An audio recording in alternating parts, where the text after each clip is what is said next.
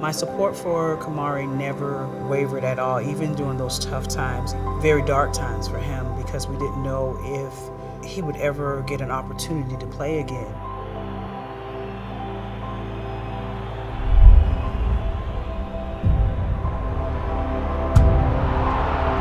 He had a long road, and here we are. Welcome back to the 2023 NFL Draft. And whatever happens today, I'm happy, over ecstatic that they gave him a second chance. We all fall down. And I think KEMARI represents the links that we will go to make sure our kids get the American dream. I would never say I was a problem child, I was just a lost child. I can put KEMARI anywhere in the world and he'll be able to find a way to survive. Most people, you put them through his pathway, they probably wouldn't even made it 30 days.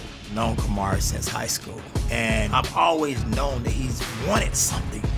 He just didn't know exactly what it was.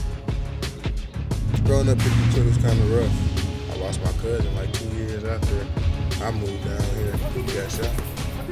You know, I was a young mother, basically growing up with my children. Football helped me out as a young kid. Like, I knew that was my way of staying out of trouble, so I always tried to stay into sport.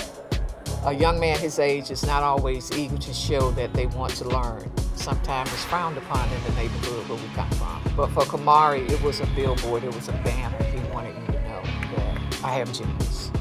My big brothers, they ain't bad people, but they just wasn't good examples. Growing up, trying to become men on their own.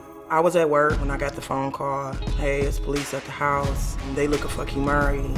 And it was a struggle, a real long, hard road after that. I told him what the possible penalty could be in the worst case scenario if he were convicted, and his face dropped. It was just like a wake-up call. It had to take me to go to juvenile to actually see, oh no, this ain't the life you want, bro. I met him through Dr. Mobley, who was the principal at the time, and she said he just got a scholarship to Louisville to play football, but I'm concerned that he won't make it there, and I need you to help get him there and keep him there. And I made a promise to her that day that that's what we would do.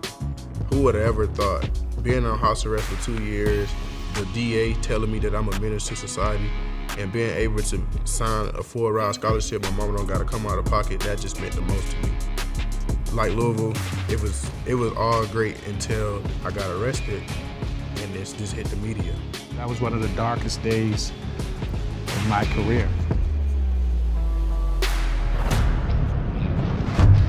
I prayed and prayed and prayed. God, can you please let the truth come to the light? KEMARI will not give up. He may be down, but he is not out.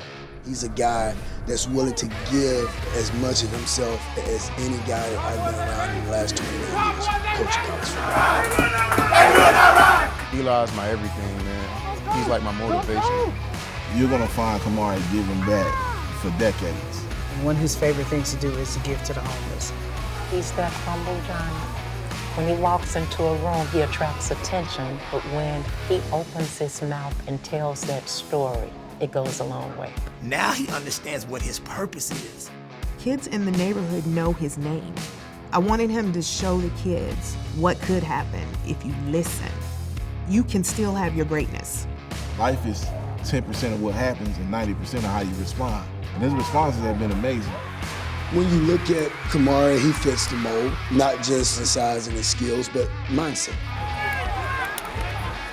Whatever you go through, man, know that you can overcome it. Look how far he's come now. He has a college degree. He started pursuing his master's degree. I hope they can look at the totality of the circumstances, that he became a loving father, that he became an All-American twice. The journey is more important than the destination. This is going to be one of the greatest stories ever told. He will not die.